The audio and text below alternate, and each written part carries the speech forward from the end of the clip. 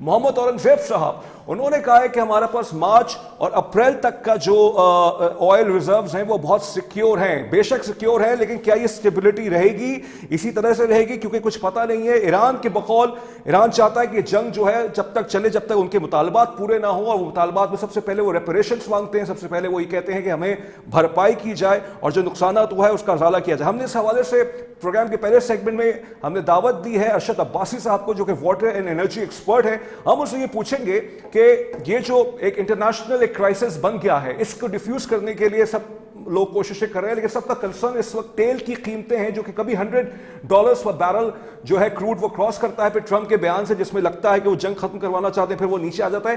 یہ جو والیٹیلٹی ہے یہ کتنا پاکستان کے لیے نقصان دہ ہے؟ جی السلام علیکم اشرف صاحب, یہ بتائیے گا کتنا نقصان دہ ہو سکتا ہے یہ جو والیٹیلٹی ہے انٹرنیشنل مارکیٹ میں پاکستان کے لیے؟ دیکھیے, پاکستان میں جو آئل پروڈکشن ہے وہ ہارڈلی 11-12% ہے. باقی جو کروڈ ہے یا جو پیٹرول ہے یا جو ڈیزل ہے ہم امپورٹ کرتے ہیں, تو ڈیفینیٹلی ڈپینڈنٹ ہے مڈل ایسٹ کنٹریز پہ. لیکن میں نے ایک 2011 میں ایک پرپوزل میں کام کیا تھا اور پھر دوبارہ کام کیا تھا 2022 میں کہ ایک سبسڈی کس کو دی جائے. سبسڈی پاکستان میں بہت بڑی ٹریجڈی ہے. یہ پوری پرپوزل ہے جو ہفتہ پہلے دوبارہ پبلش ہوئی. ایک موٹر سائیکل جس کی قیمت 10 سے 12 ہزار ہوتی, اس کو بھی 335 پہ فی لیٹر پیٹرول مل رہا ہے. اور وہ جو پراڈو جہاں اسلام آباد میں, راولپنڈی میں, کراچی میں جن کی قیمت 12 کروڑ پہ, اس کو بھی وہی پرائز ہے. تو یہ ایک مینول کنسپٹ آلریڈی تھا سری لنکا, انڈیا, فلپائن, اس کو تو یہ ایک ڈیجیٹائز کر کے ایک کر کے دیا تھا 2022 میں. اوگرا کو کہ جس طرح کی گاڑی ہو, یعنی ایک میران ہے کسی کے پاس, میران وہ ایک لوزر تک سینسر لگنا تھا کہ اگر میران آ رہی ہے یا بائک آ رہا ہے یا پھر چھوٹی گاڑی آ رہی ہے جو, تو اس کا پیٹرول کی قیمت اور ہونی چاہیے. اور جو لگژریس گاڑی ہے, جو قیمتی گاڑیاں ہیں, ان کو پیٹرول کی پرائز اور ہونی چاہیے. یہ باقی دنیا میں مینول ہے. تو ہم نے کہا یار ہم اس کو ڈیجیٹائز کر کے دیتے ہیں ان کو. تو یہ ایک ایپ جو یہ پرپوزل ان کو بنا کے دی, لیکن انہوں نے امپلیمنٹ نہیں کی. لیکن ایک کام کیا انہوں نے کہ ہائی اوکٹین کے اوپر اس پرپوزل سے ایکٹ کیا ہے, ساتھ میسج بھی دیا جی ہم نے آپ کی پرپوزل کا ایکٹ کیا ہے. وہ 2% ہے اور کنزمپشن اس کی, اور اس کا 8 ارب کا ہوگا امپیکٹ. لیکن اس سے پہلے اگر آپ کو کوئی اتفاق ہو کہیں پڑھنے کا یا دیکھنے کا, میں وہ بدقسمت بندہ ہوں کہ جس کو اسپیشلی شیل گیس میں امریکہ میں انہوں نے ٹرین کیا, 3 مہینے کی ٹریننگ دلائی ہے. پاکستان میں 100 سال کی شیل آئل اور گیس ہے, ہم نے اس پہ کوئی کام نہیں کیا. 100 سال کے لیے گیس آپ کہہ رہے ہیں؟ 100 سال کے لیے؟ اچھا, اب آپ یہ دیکھیے کہ ہمارے پاس 2016 میں کام کرنا شروع کیا ارجنٹینا نے, ایک جو جہاں فٹ بال کے طور پر مشہور ہے, اس نے ایک اور کامیابی کی. آج وہاں پہ 70% پیٹرول اور آئل شیل کی وجہ سے, اور آپ کو کہ آئل کی شیل کی گیس کی پرائز کیا ہے, یعنی $3.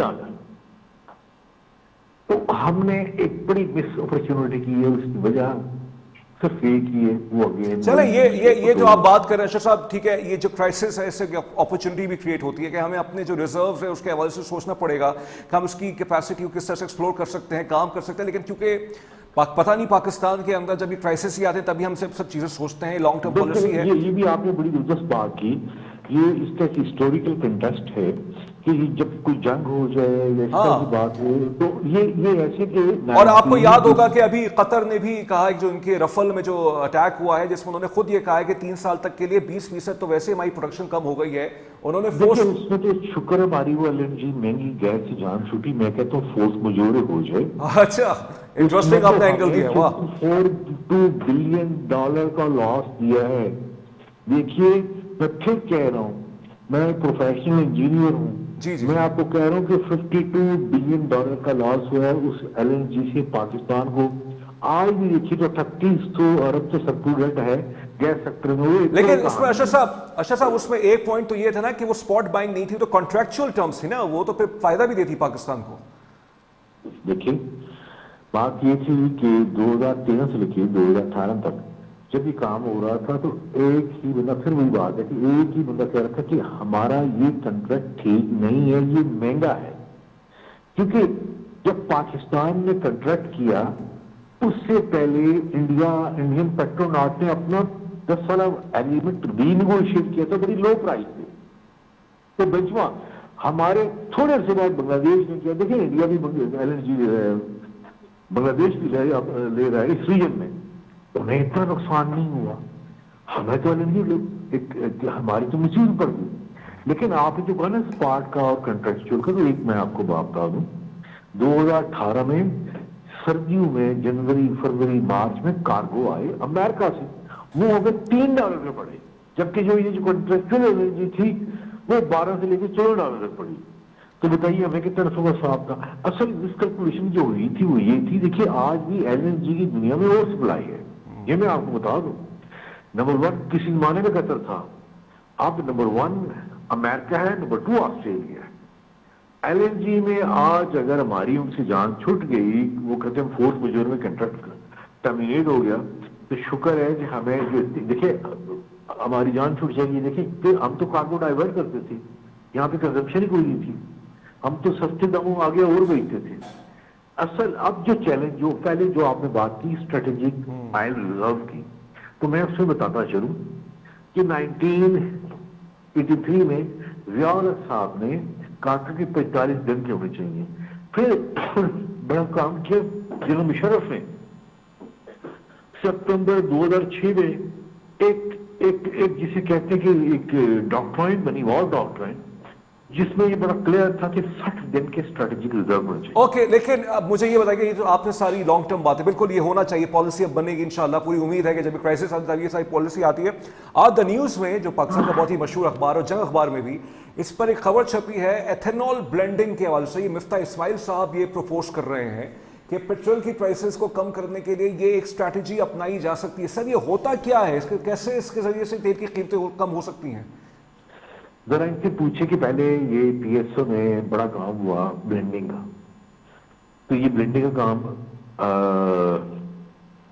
کامیاب ہوا یا نہیں ہوا؟ اچھا. انفارچونیٹلی LNG نیگوسیشن میں جو سب سے ٹاپ پہ بندے تھے یہ تھے اور شاید سردار عباسی صاحب تھے. تو پہلے ان سے پوچھے کہ ان کا جواب دیں، آپ نے اپنے ہاتھوں سے یہ کیا کیا ہے.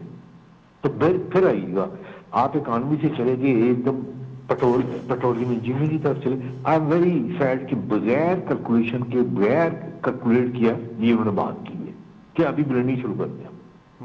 انٹرسٹنگ. آپ نے کہا کہ ٹھیک ہے آپ اس پروپوزل کو بالکل آپ اگری نہیں کرتے. مجھے یہ بتائیے گا ٹھیک ہے ابھی کرائسس کو مینیج کرنا ہے اور government, I have to communicate it because میں آپ سے معذرت چاہوں گا کہ میں ایک ایسی جگہ پہ آ گیا ہوں جہاں پہ چوک آ گیا ہے اور میں ایکچولی ٹریول پہ ہوں. تو آئی ایم ویری سوری. میں آپ سے پھر بات کریں گے اس پہ. Thank you. اچھا آپ ابھی ہمارے ساتھ نہیں ہے. بہرحال اشرف صاحب جو ہے وہ کسی جگہ ان کو جانا تھا، وہ پہنچ گئے وہاں پہ. ناظرین ہم نے جیسے پروگرام کا پہلا سیگمنٹ آئل کے حوالے سے رکھا ہے. تیل کی قیمتیں جو ہیں وہ والیٹائل ہیں اس وقت انٹرنیشنل مارکیٹ کے اندر، کبھی بڑھ رہی ہیں کبھی نیچے جا رہی ہیں. کل $100 پر بیرل کا جو کروڈ تھا وہ نیچے آیا ہے ڈونلڈ ٹرمپ کے اس بیان سے کہ ہم نے جو ہے ایران کی انرجی تنصیبات پر حملہ روک دیا ہے.